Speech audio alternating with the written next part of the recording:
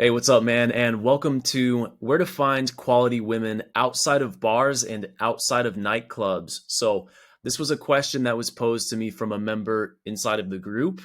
And basically, when it comes to meeting high quality women, right? Like women of beauty and women of value, the nightclub scene, the bar scene, it is a good and reliable source. It's a great place to get out and practice your social skills. It's a good place to mingle and make some contacts and connections. However, I get it.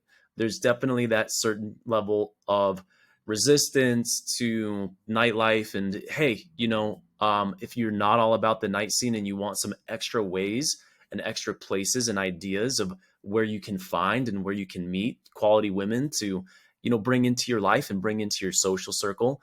That's what this video training today is going to be all about, man. So let's go ahead and jump right into it. First thing that I want to discuss is going to be, just overall the mindset that I have on this topic before I give you guys kind of my take.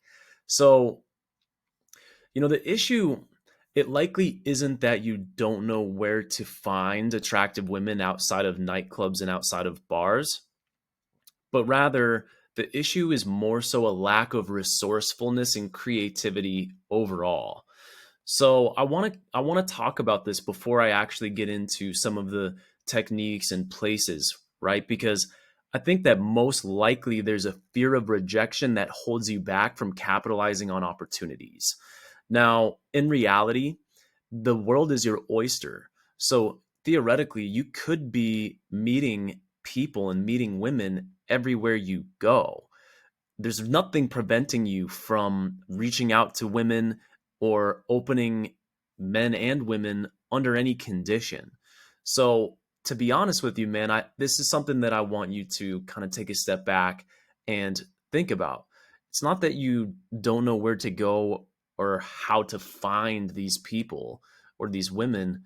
It's just a matter of that when the opportunities are presenting themselves, you're just simply not doing it. All right. So there's certainly a level of self-awareness that you need to bring to the fact that you're not approaching and you're not opening and you're not talking to people as much as you could be. Okay. So that's a main component and the core of this actual issue, in my opinion. So, besides the mindset stuff, let's get into the actual take that I have and my experience when it comes to where you can use other sources in terms of bringing attractive people into your life. So, location number one, man, I mean, really the most tried and true method is going to be dating apps, right? So, this is going to be a place where women are self-selecting for being single and for being interested in having a conversation with a guy. That is the only benefit and unique aspect to dating apps. Now, are you going to have a great profile? Yeah, definitely. Are you going to probably have to have a certain level to your attractiveness for this to work? Yeah, 100%, man. So people would probably ask me about this, right? They'd say, but Brian, I thought that you were against dating apps. And my response to that is no. I'm against you relying on dating apps alone to swipe for hours trying to use text game to set up one-on-one dates. All right, because it's just not going to be an effective use of your time, right? Especially in terms of creating a social life. So, if you're going to use dating apps, the sequence that I would use is a short chit chat that happens on the actual app itself. I might leave it cold for 24 hours, come back to it, and then say, hey, I don't really use this app very often. My number is this. What's yours? Move them from text to text and have a quick text message chit chat conversation.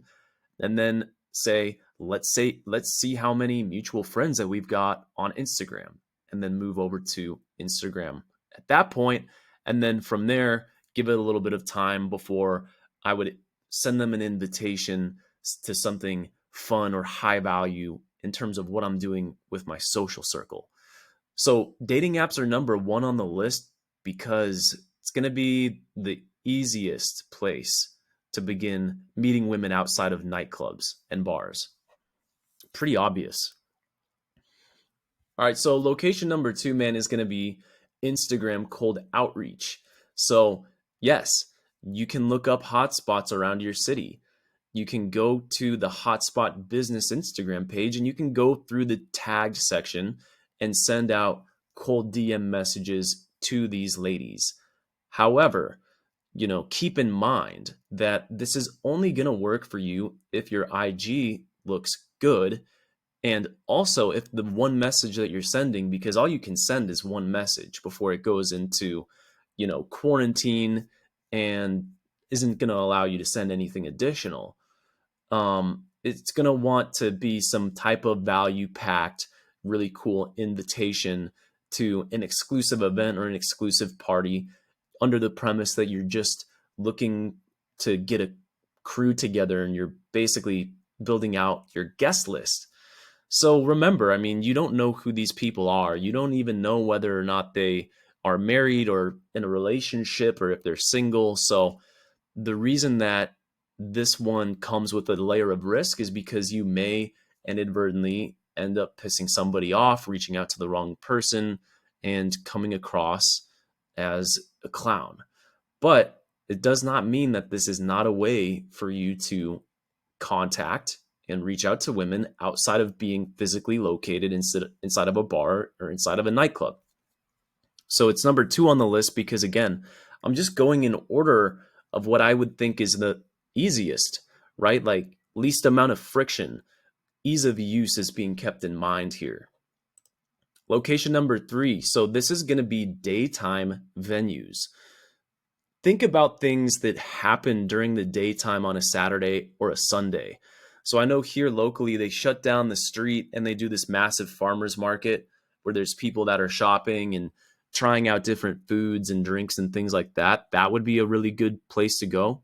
Another idea would be breweries, another type of daytime venue or a day location where people are getting together and they're being social.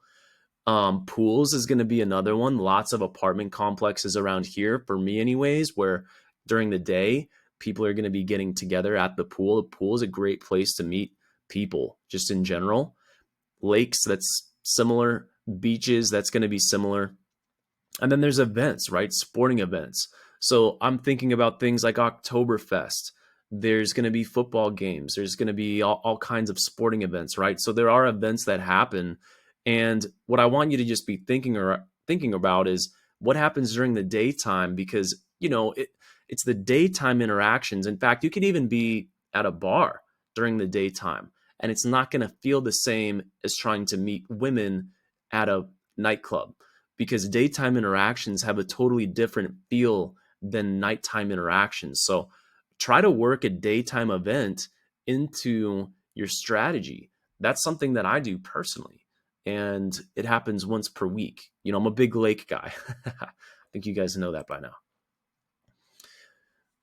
All right, so location number four is going to be classes or clubs.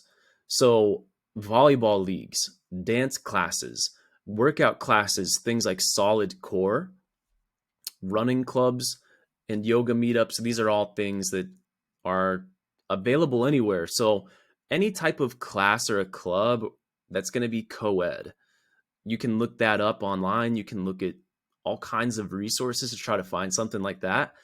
Not only will you see these people if you attend this again and again, multiple times, but you also get the benefits of whatever the activity is. So getting better at dancing, getting better at yoga, fitness, and stuff like that. To be honest with you guys, personally, I haven't really done this much, just because I've never had to reach this far to make social connections, but it does work.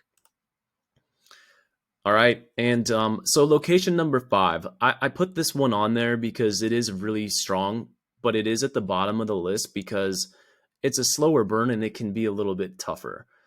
Now, this is the gym, like I'm talking about a regular box gym, right? Like not classes and stuff. So specifically between the hours of 8 and 11 a.m., I've actually found to be the best time where you can be social with people, particularly women, because number one, it's less people that are going to be there for one thing. It's a little bit more casual. And then, it also acts as kind of a filter in a sense, because people getting up to go to the gym in the morning are kind of either, really regimented and disciplined, or they make their own schedule.